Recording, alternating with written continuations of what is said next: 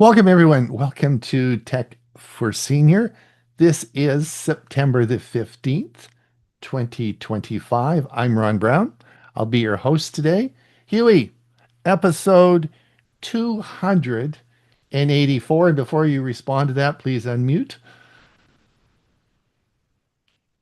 How you realize that, I appreciate. Thank you.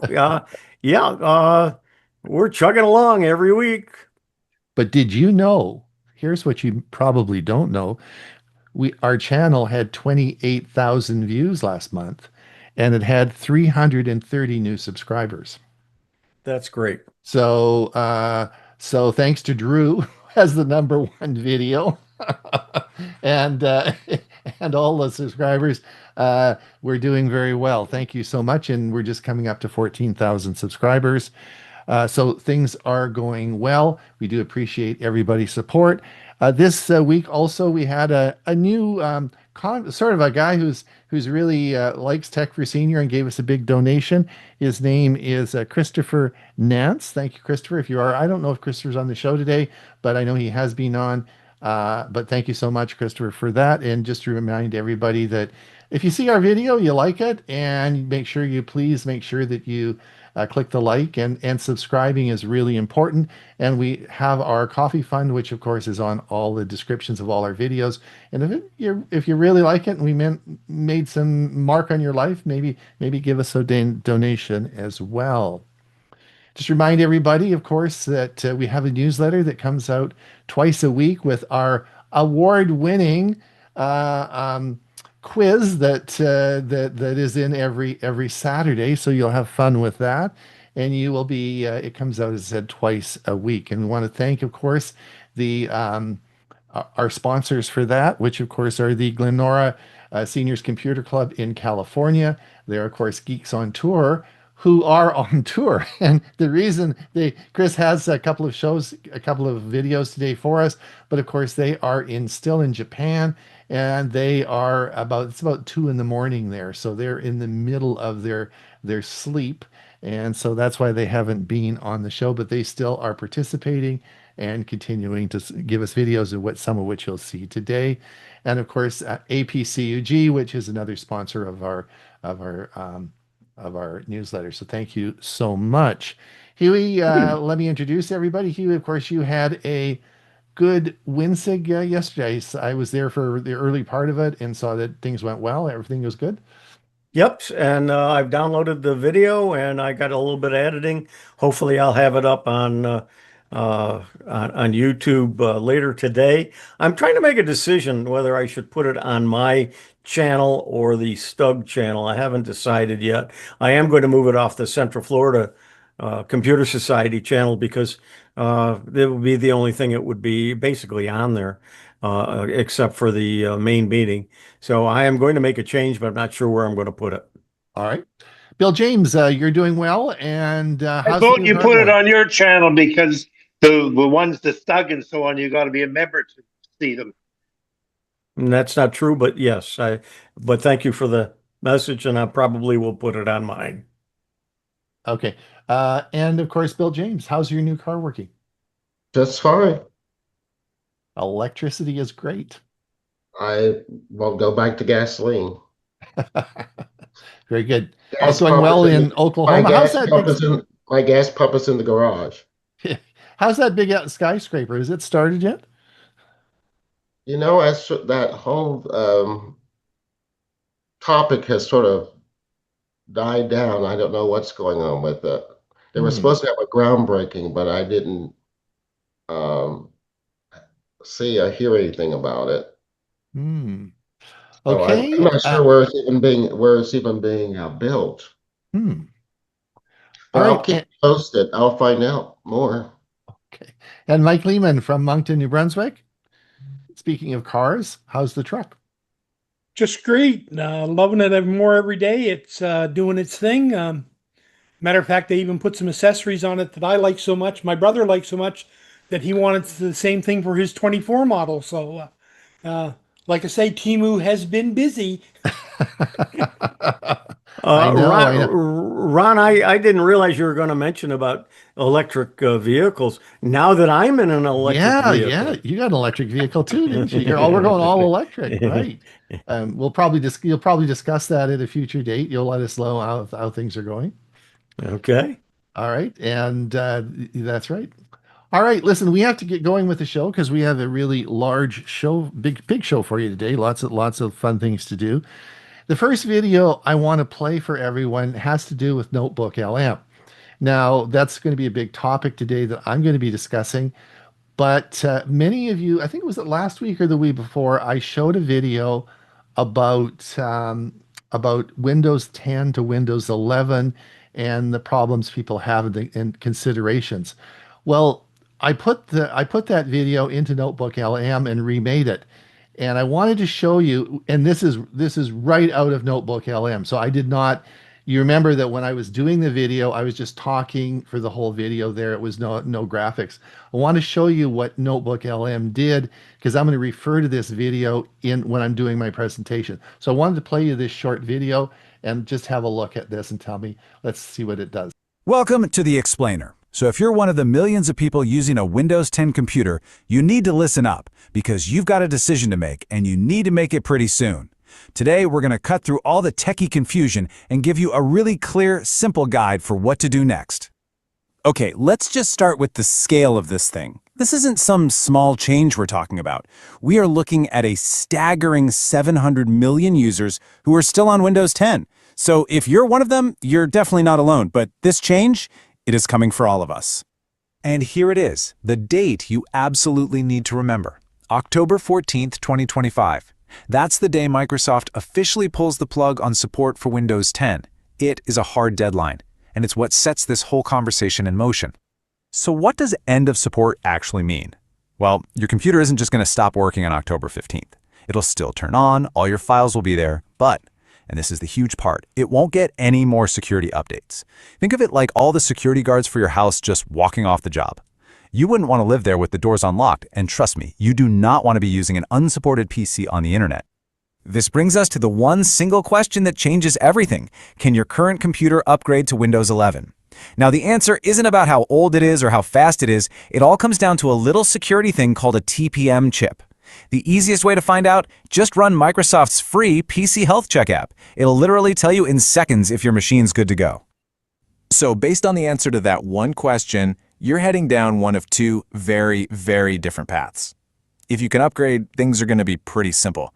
If you can't, well, it requires a whole new way of thinking. Let's walk through both of them. All right, let's start with path one. This is the easy route. If your PC got the green light for the upgrade, your decision is refreshingly simple.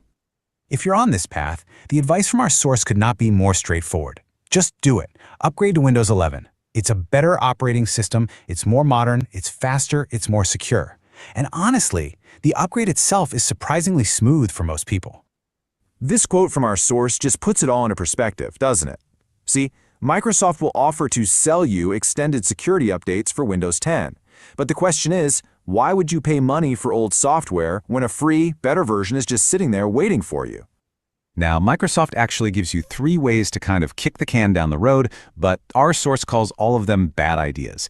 You can pay for support, you can use some confusing point system, or you can back up your PC to OneDrive. And that third option is especially tricky. You can get tangled up in these weird backups and end up paying for more cloud storage year after year.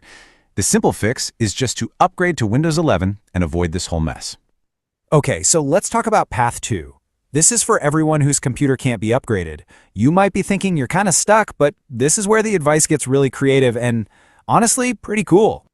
Your first instinct is probably, great, now I have to go shop for a new Windows computer. But hold on, the best solution for you might not be a new PC at all. In fact, you probably don't even have to buy a new device because you already own an incredibly powerful computer. It's probably with you right now. That's right. Your smartphone. Whether you have an iPhone or an Android, this is the device that should be at the very center of your next big decision. So the whole idea is to stop thinking about replacing one PC with another PC and start thinking in terms of device ecosystems.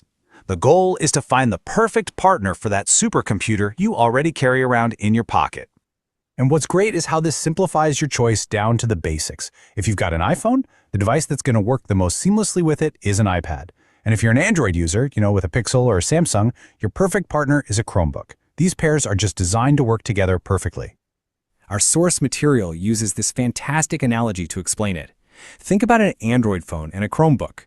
They go together like roast beef and gravy, They just make each other better. And on the other side of things, an iPhone and an iPad, they're like ice cream and chocolate sauce. It's a classic pairing that just works. They share files, apps, and data in a way that feels totally natural.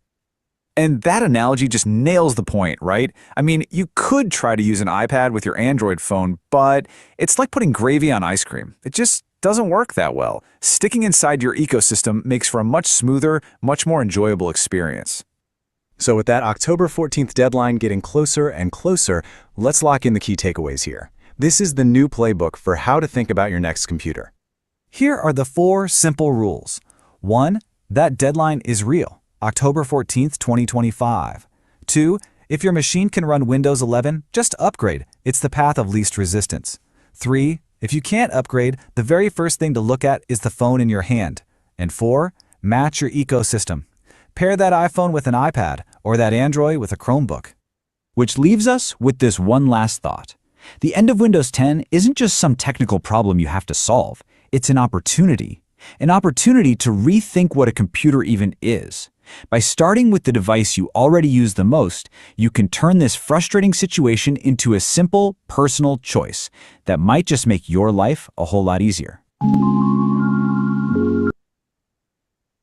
Okay, now that was one click of a now to make that video was one click of a button, and that's all. There was no other you didn't have to know anything about graphics, anything about designing, nothing. That just one click. I'll show you how to do that in when we talk about Notebook LM. All right. Now Chris and Jim sent us some videos I want to show on AirDrop and Quick Share. So let's have these are a couple of quick videos we will talk about, and let's have a look here.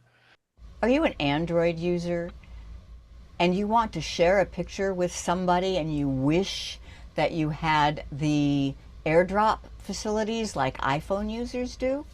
Guess what? Now you do. It's called Quick Share. So I have a photo on my Android Samsung phone and I want to give it to Jim's phone without going through the internet, without sending it to an email. It's called Quick Share. Step 1, Jim's phone needs to be set to accept Quick Share. So let me show you where that setting is. This is his phone, and if I go to his settings and search for Quick Share, it's right there. Notice it says who can share with you. Contacts. Well, I'm certainly in his contacts, but what if we're at a party and it's somebody else that took the picture that he wants? You tap there and you can choose everyone nearby or everyone for 10 minutes so that you don't unintentionally get pictures sent at other times. I'll choose everyone for 10 minutes. And you can also do that, by the way, through the quick settings. It's right there on Quick Share. You can get to it with the quick settings. It's ready to receive. So I can open the photo on my phone here, either in the Samsung Gallery or in Google Photos. It doesn't matter. I'll do it with Gallery. And it's this photo here of our ship in Amami, Japan, that I think is just a cool photo. He wants that. I tap Share, and then instead of sending an email, I just tap Quick Share, and his phone is showing up, Jim's Pixel 9. I tap it, it's ready to receive. Once his phone taps accept, it is going direct from phone to phone. not using any internet, no data involved here, just phone to phone. You do have to have Wi-Fi setting turned on because it's a Wi-Fi signal between the two. And now he has that picture on his phone.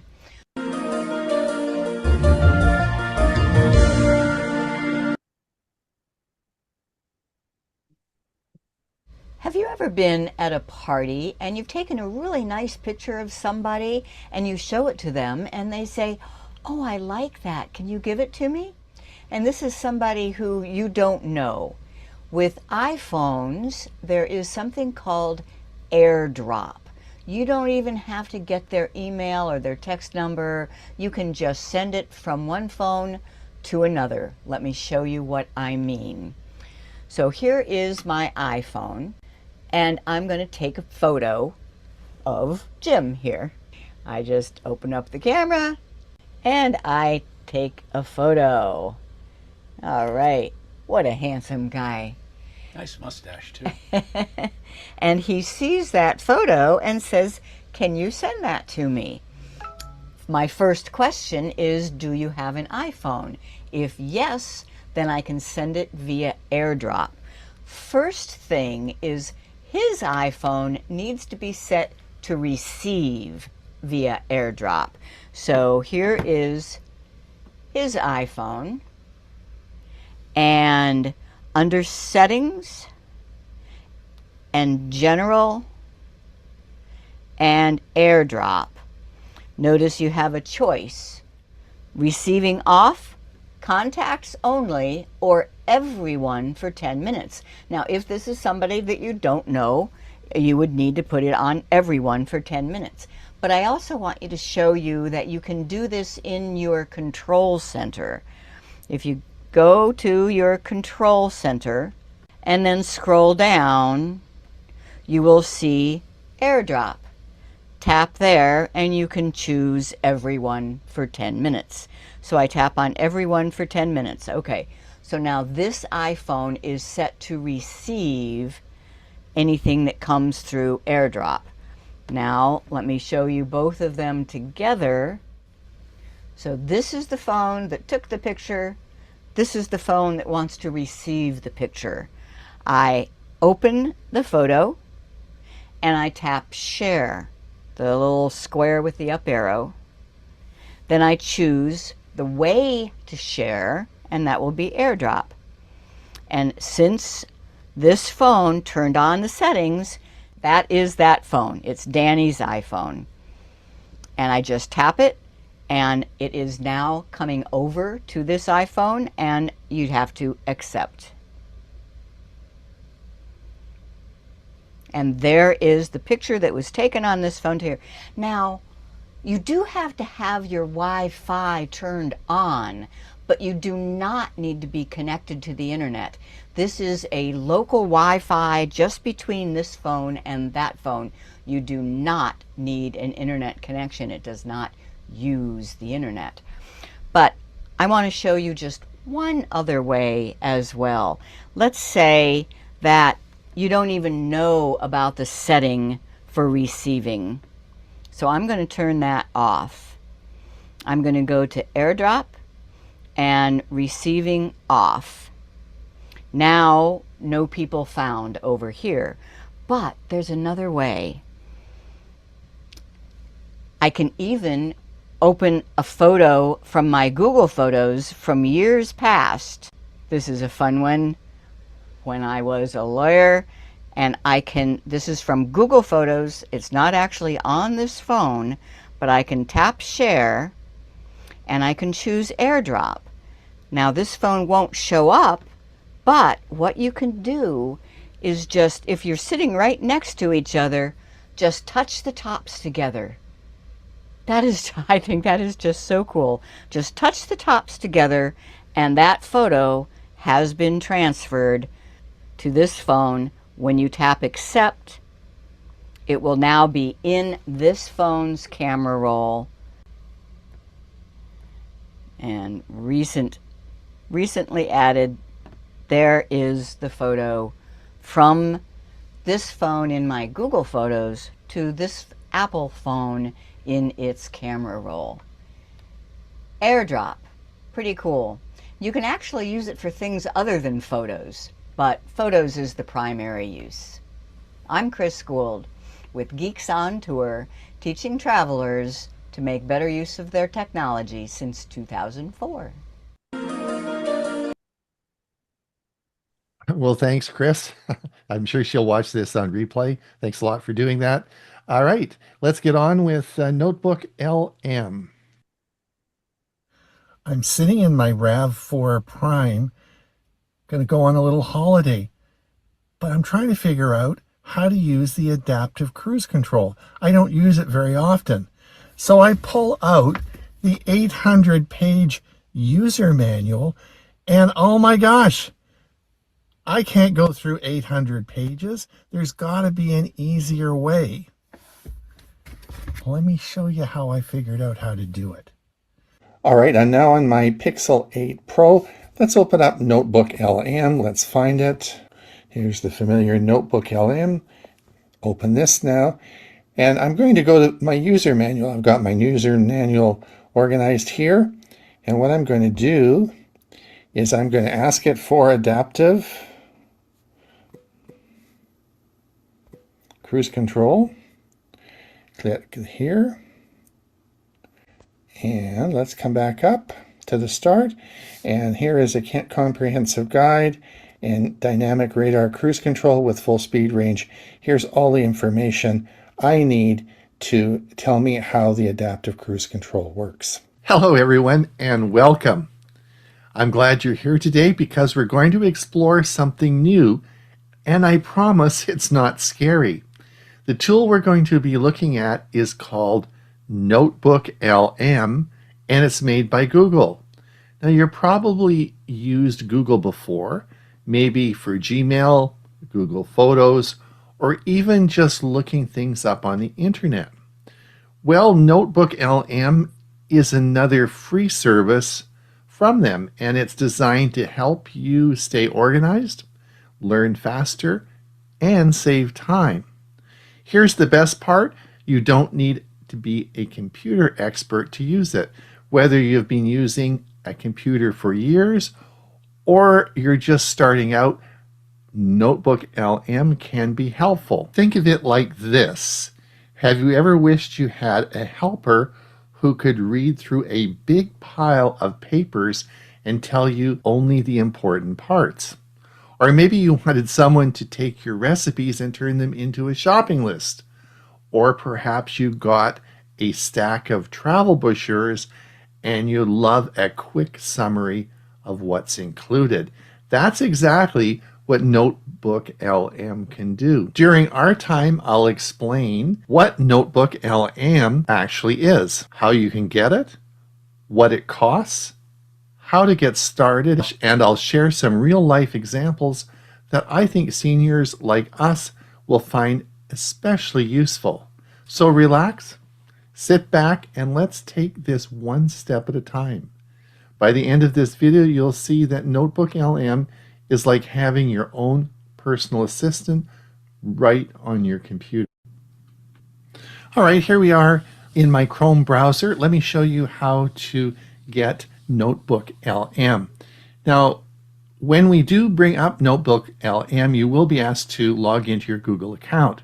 The reason for this is, of course, all your changes and everything, all the notebooks you're going to be making are all saved to Google Drive, which means that no matter what device you're in, whether you have an app on your phone like I showed you earlier, all the information will be at your fingertips no matter what device you're on. It's all saved and you'll have it there to use on your phone or your Chromebook or your PC. Whatever you're there, it's all there for you. So let me quickly show you how to find Notebook LM. It's really difficult. Let me show you. You go into the search and let's type in Notebook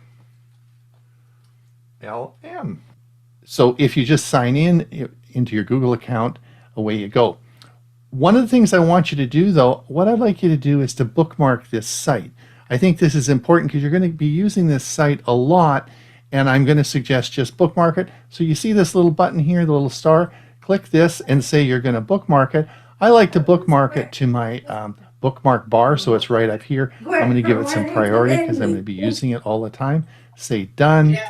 I'm just going to come down now because it's down at the way down here at the bottom. And I'm going to bring this up and I'm just going to put it right in here, right up here. There you are. We have it bookmarked to the bookmark bar saying Google Notebook LM. But that's a lot of real estate. These are my priority things I use at the top here. So I would like to shorten this. So if you right click it here, we can edit this. And instead of saying Google Notebook LM, all as I'm going to do is I'm going to say, I'm just going to rename it here. And I'm going to call it NLM, Notebook LM. I'm going to save this. And now I have a little button here. If I open this up and I want Notebook LM, I just click this and it'll take you right into Notebook LM. So when we click this, it's going to take us right into Notebook LM. Let's see how this works. So we're going to start on my Chrome web browser. And remember that little button that we made here, Notebook LM. Let's start this and see what happens. This is the first screen you're going to come up to. Now, if this is the first time you're using it, you will have to log into your Google account and sign in. But once you've done it once, you won't have to do it again. The other thing is, if you look over to the right, you'll see Get the App. I'm going to be demonstrating this today on a Windows 11 PC. So it will be a little bit different if you're using this on a mobile device. But again, there is an app for that. So the first thing you're going to come down here and you'll see Try Notebook LM. As I mentioned earlier, you do not have to download any software or anything. It's nothing to do with your PC. The other thing is that this is a rapidly changing piece of software. Google is putting a lot of money into this and it's adding some real cool stuff all the time. So the menus change. So if you're watching this a couple of months later, things will be maybe a bit different. So let's log in now and we're going to bring it in. Let me bring over the screen here. And this is what it's going to look like when you log in. Now I want you to look over, I'll just give you a bit of the lay of the land here. If you come up over to the left, you'll see there's three little buttons here. There's All, there's My Notebooks, and then there's the Featured Notebooks. These are ones that Google has made for you and they think that you might be interested in this based on prior searches and so on and so forth.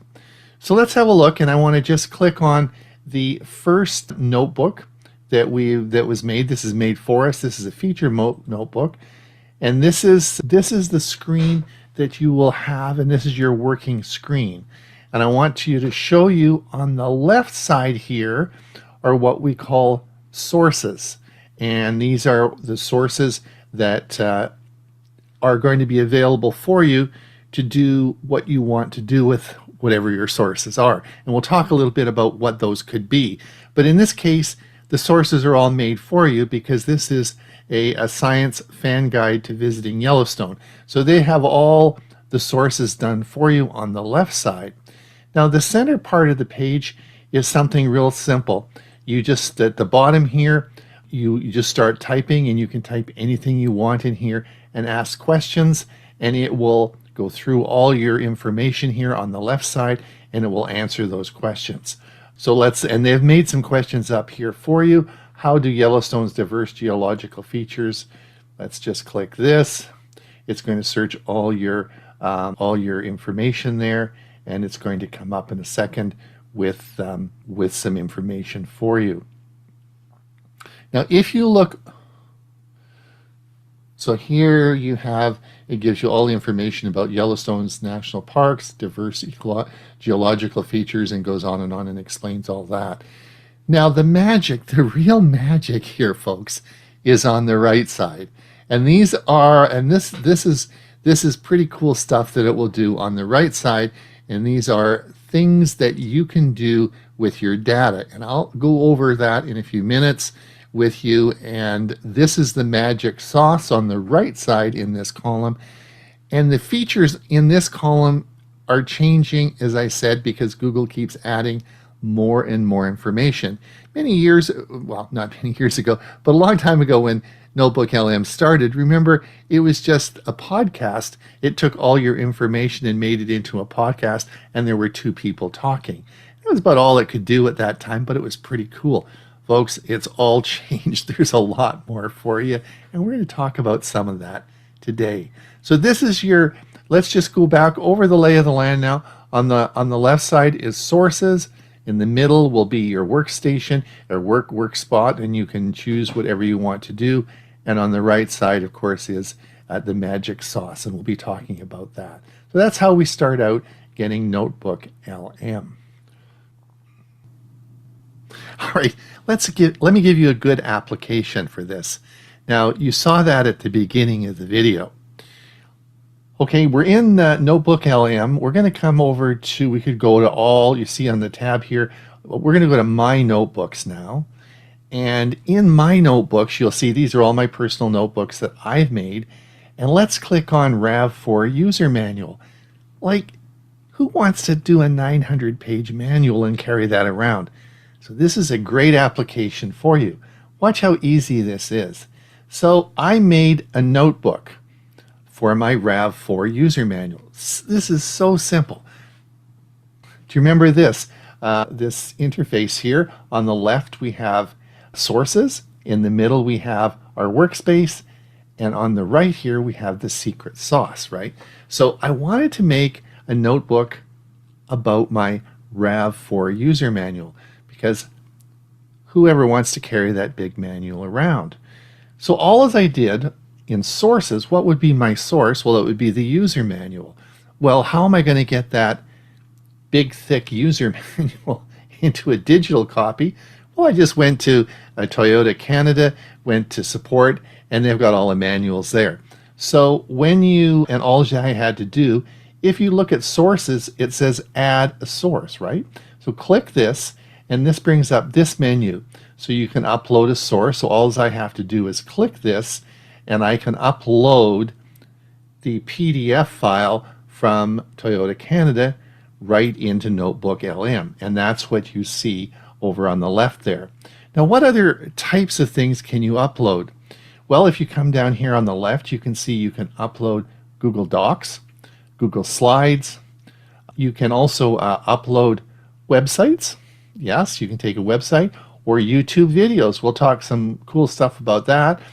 Or you can copy and paste text right in there. So these are all ways that you can get sources into your Notebook LM, right?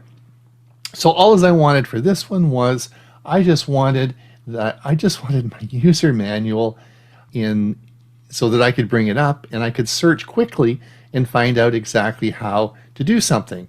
So if I want to, let's say I want to learn how to dim my headlights, if I type, it'll bring it up right away, and it's going to tell me exactly how to dim my headlights. It's going to search the user manual, and it's going to come up with the results. So here it is. It found it immediately, how to dim my headlights. I don't have to go through the manual and look at that. That's pretty cool. Now, the real cool thing about this is, of course, remember there's an app on your phone. So since this is in the cloud, it doesn't matter. All these are going to be synchronized to your portable device, your Chromebook, whatever you're doing. It'll all be synced because it's all part of your Google account. So that's why it's super great, because I can now, when I have my phone in the car and I want to know how to dim my lights, it's all right there, easy to use, and I don't have to try and fumble through the manual. So manuals are great. I have set up a number of manuals.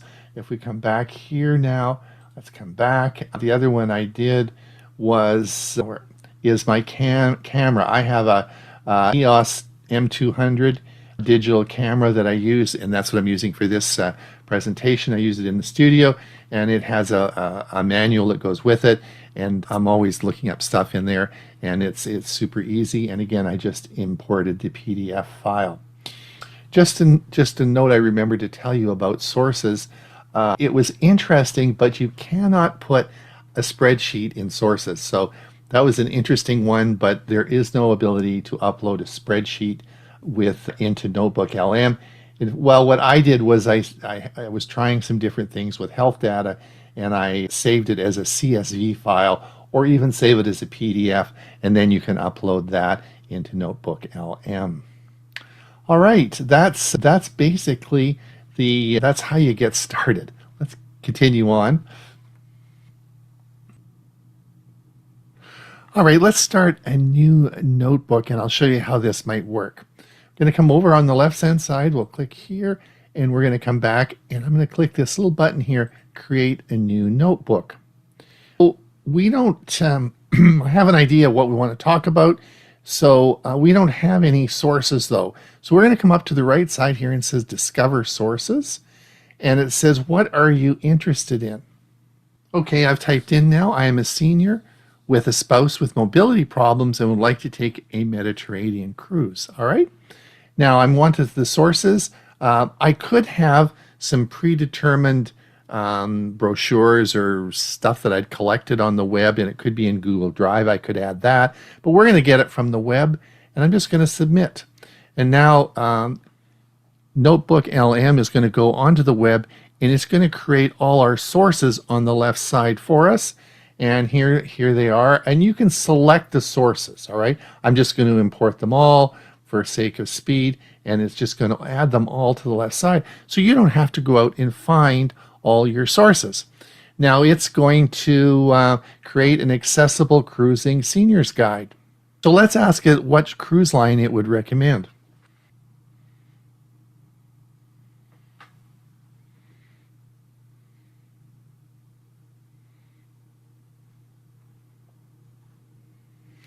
All right, so now you'll see that it's given us a detailed report on accessibility staterooms, medical services, shore excursions, all the things you may want to consider if you're a senior traveling with someone with disabilities. It gives you all the information along with what cruise lines have specific help for you for disabilities. All here. Easy to research, and you can now save this as a note, and it will save over here as a note, so you can come back to that if you want to come back and look at it, and you can do another search. Pretty simple, eh? Here's another feature that you can do with this information.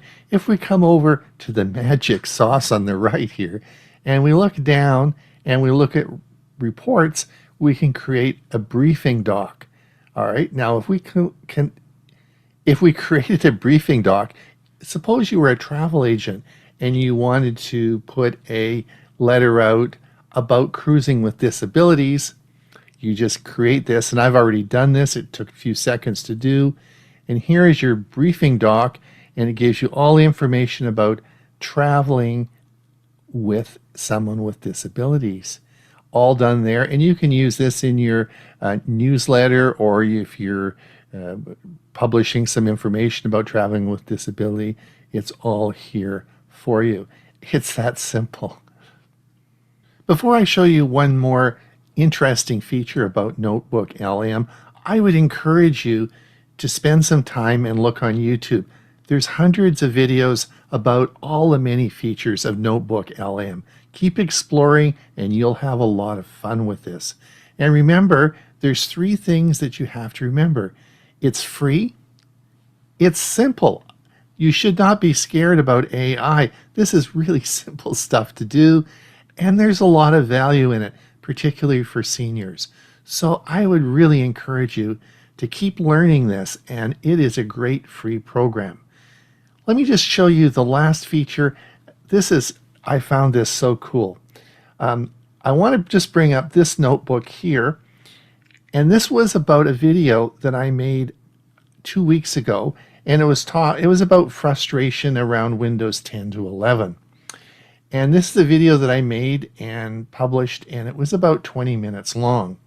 Now, to add a video into sources, just click the add, and you come down here and you see where it says YouTube. Just click on this, and you can just paste the URL from the video here, and it will upload it. And there it is. There's my video that's sitting in the sources.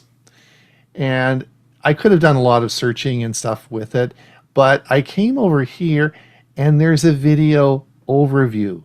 Now, I'm not going to click this and start this because it takes a few minutes to do, but it remade the video automatically for me with graphics and audio all down to about 6 minutes. So it redid the video. So this is an incredibly useful feature. I was so excited, and it's really very good. So it's a feature that you have if you are a video creator. This is a very powerful tool for you. Well, we've covered a lot today, so let's bring it all together. Notebook LM is Google's new tool that acts like a personal assistant for your notes and documents. It can summarize, explain, and organize information so you don't have to dig through piles of text yourself. And the best part, it's free right now. All you need is your Google account to sign in. So here's some tips for success. Start small. Don't upload everything at once. Try one recipe or one newsletter just to get comfortable. Use plain English. You don't need to know special computer words. Just type what you'd ask a friend. Make it simple. What's the main idea? Be mindful. Don't upload private conversations like banking or sensitive medical information. Stick to safe things.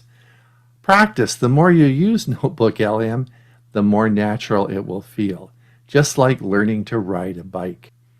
I want to leave you with this thought. Notebook LM isn't just for young people or tech experts.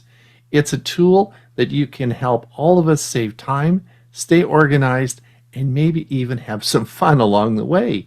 So give it a try. You might be surprised at how helpful it feels to have your own digital assistant right in your computer, ready to help anytime. Thank you so much for spending time with me. I hope this session inspires you to explore Notebook LM and see what you can do with it. I'm Ron Brown with Tech for Senior. Please remember that like and subscribe. Ron, that's great. And one thing you can say about Tech for Seniors is the fact that we do respond to what people talk about. On Thursday, we had mentioned not only Notebook LM, but we also talked about AI Slop. And so I said, well, maybe I'll put something together on AI Slop. So let's see what I did do with that. Let's see. AI Slop, what you need to know. I'm Hewie Poplock. I'm going to talk about something that affects many of us who use social media and the internet.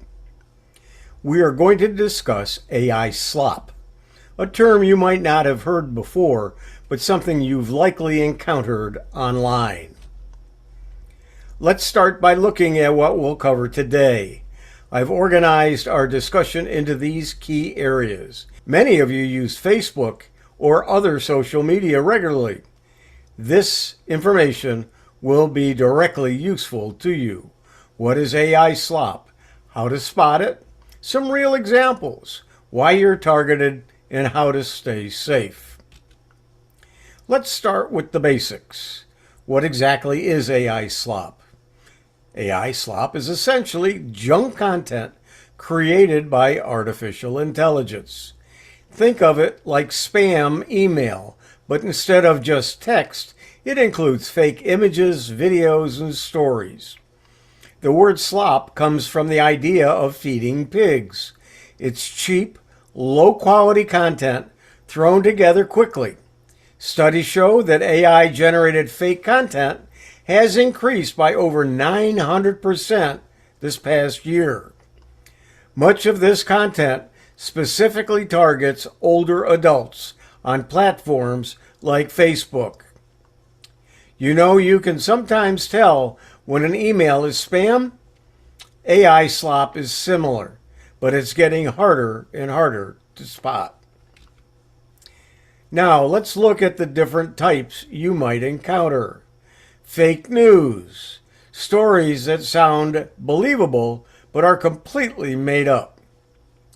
Manipulated images, photos that look real but have been altered or completely created by AI. spam content, posts designed to just get clicks and views, not to inform. Fake social media posts, profiles and posts that aren't from real people. You've seen stories on Facebook that seem too good to be true? Those gut feelings are often right. Let's look at some examples that have been targeting people just like you. Fake celebrity rescue videos. AI creates videos showing celebrities like Tom Hanks rescuing people from disasters. Completely fake. Manipulated historical photos. Old photos with modern elements added to make them seem miraculous. Fake medical miracle stories. Stories about miracle cures that prey on health concerns. Emotional bait posts. Posts designed to make you feel strong emotions and share without thinking. An important warning. These examples have fooled thousands of people, smart people like yourselves. The creators are getting better at making these look real. In the past few months, a fake video of a celebrity rescuing flood victims got 2 million shares before it finally was revealed that it was not true. Fake celebrity rescues. Historical photos. Fake medical miracles. And emotional bait posts. You might be wondering, why are people like us being targeted? You have life experience that makes you more trusting. That's generally a good thing. You're more likely to share content that moves you emotionally. You're active on Facebook, where much of this content appears. Some of you may be less familiar with how AI technology works. Understanding these tactics does not mean you're gullible. It means you're smart enough to learn how to protect yourself. The people creating this content are professionals who study what works. The good news is there are clear warning signs you can learn to spot. Some visual clues. Look for images that seem too perfect or have strange details. People's hands often look wrong in AI images. Text and images may be gibberish or misspelled. Some content clues.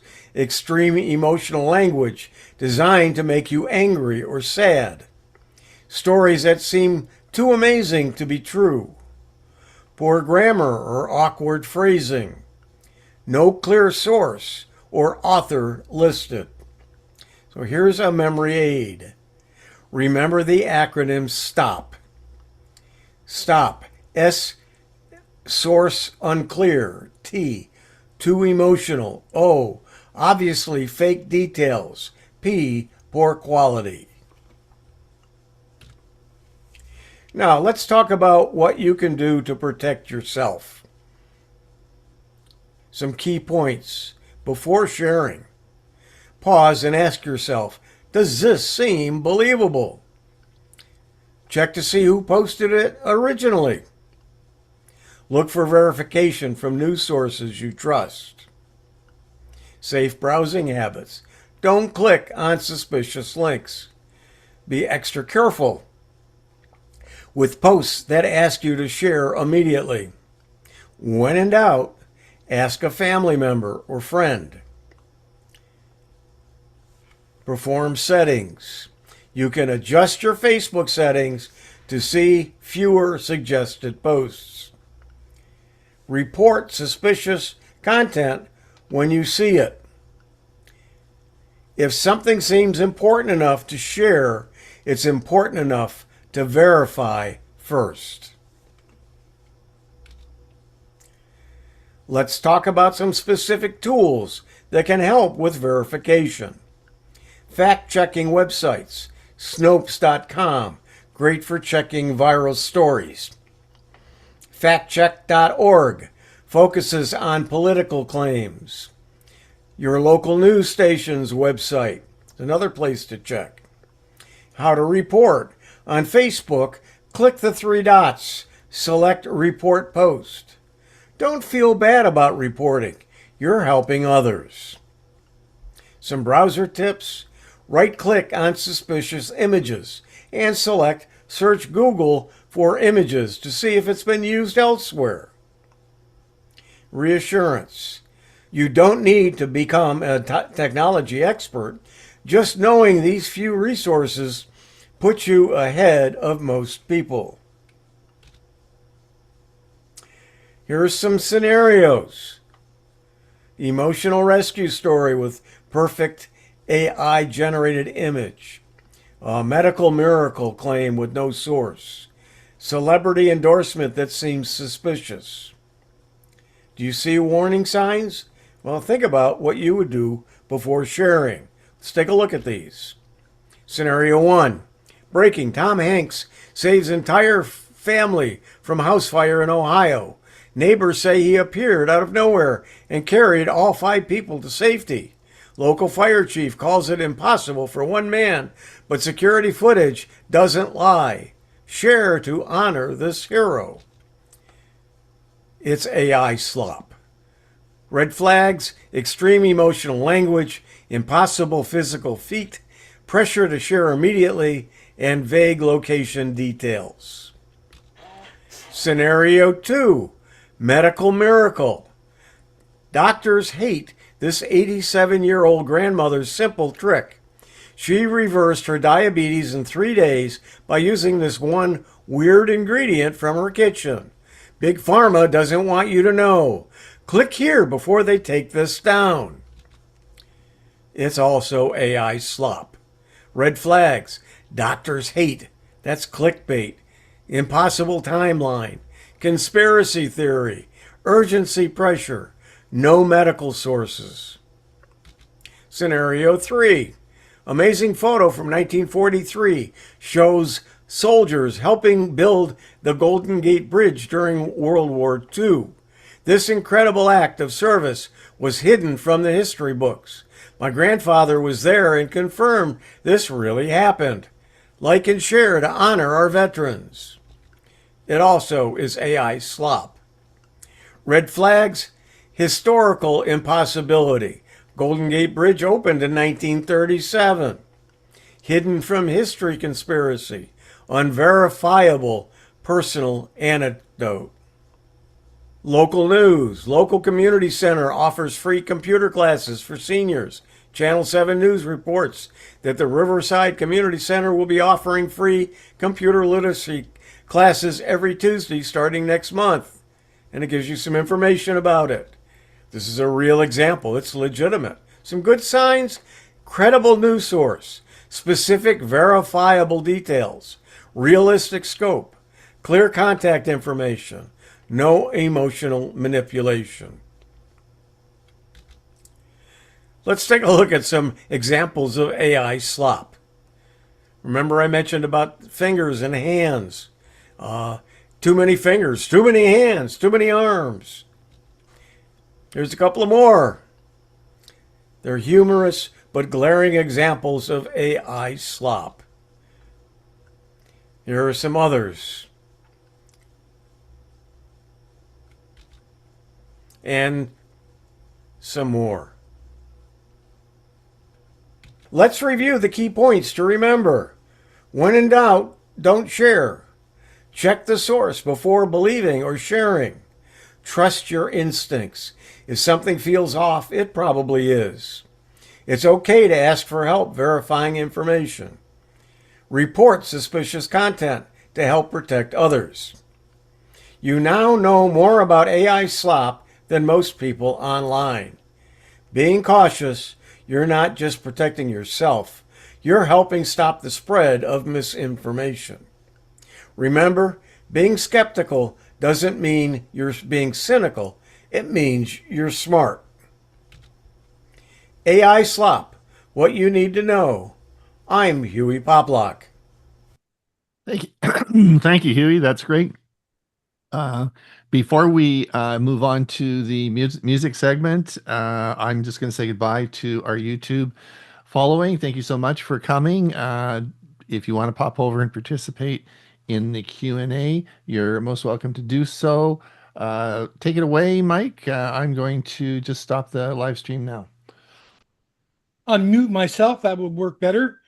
And I'll find my notes here and share this up.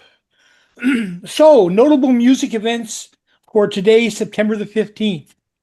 In 1962, West Side Story soundtrack hit #1 on the UK album charts and dominated the US charts for an impressive 54 non-consecutive weeks.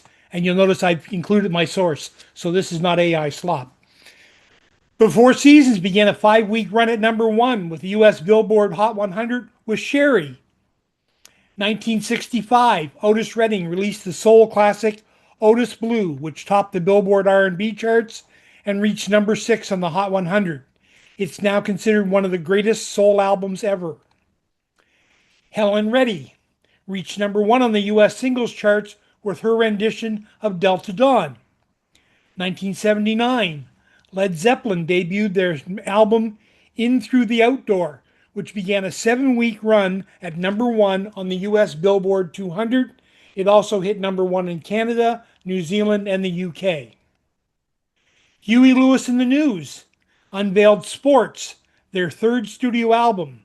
This record became a global phenomenon, eventually selling over 10 million copies and topping the Billboard 200.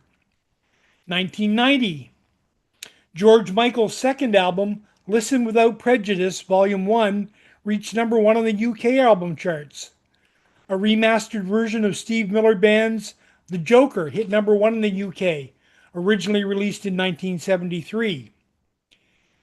Wilson Phillips released their secured their 2nd US Hot 100 single with Release Me, after previously topping the charts with Hold On. 2008, Rick Wright, keyboardist and founding member of Pink Floyd, passed away at age 65. 2013, Jackie Lomax, guitarist and songwriter, passed away at age 68. 2019, Rick Ocasek, frontman of the Cars, died at age 75. Some anniversaries and birthdays from early history. Roy Acuff was born in 1903. Often known as the King of Country Music. Gino Hube, composer, born in 1858. Horatio William Parker, another composer, born in 1863. Tony Anderson, Jefferson's Airplane's original vocalist. ABBA's drummer, Ola Burkhart.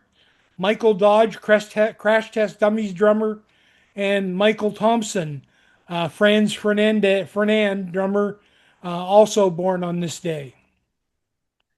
1961, a group called the Pendletones, and I should have taken this line out here. Future Beach Boys recorded their demo Surfing, marking the beginning of their rise to fame. And I love this quote. In 1962, the Beatles were dismissed as a nothing group during an interview by Peter Jones of the London Daily Mirror. He said they'd never amount to anything. Guess he was a little wrong. So September 15th was a remarkable rich day in music history, spanned rock, pop, country, and more. From groundbreaking releases to chart-topping to celebrated artists, milestones, and farewells, there's always something fascinating to uncover. So I've got 2 selections today, and I'm just going to copy them off here so I can put them in the chat. And I'll unshare this. And the first one we're going to hear is The Four Seasons with Sherry. And that was September 15th in music history. And that was really, they went on to form the Beach Boys. They went on to form the Beach Boys. Interesting. Well, See, Mike, you learn that's something new every day. I certainly do. That was amazing. That was really, really amazing. All right. Thank you so much. As we move into the Q&A, some of you might have to run off. So I want to just remind everybody that we do have our premiere video coming up at 1/2 past. Hewie is going to be talking on portable chargers on airplanes. I'm going to be, and I'm going to be talking, or Chris Gould's going to be talking on organizing your Google Photos. And I'm going to talk about ChatGPT searching, the new search feature with ChatGPT. And that will all be at 1/2 past on our premiere video. I put the link in the notes as well for you. All right, we'll now, as we move into the Q&A period, if you want to put your hand up.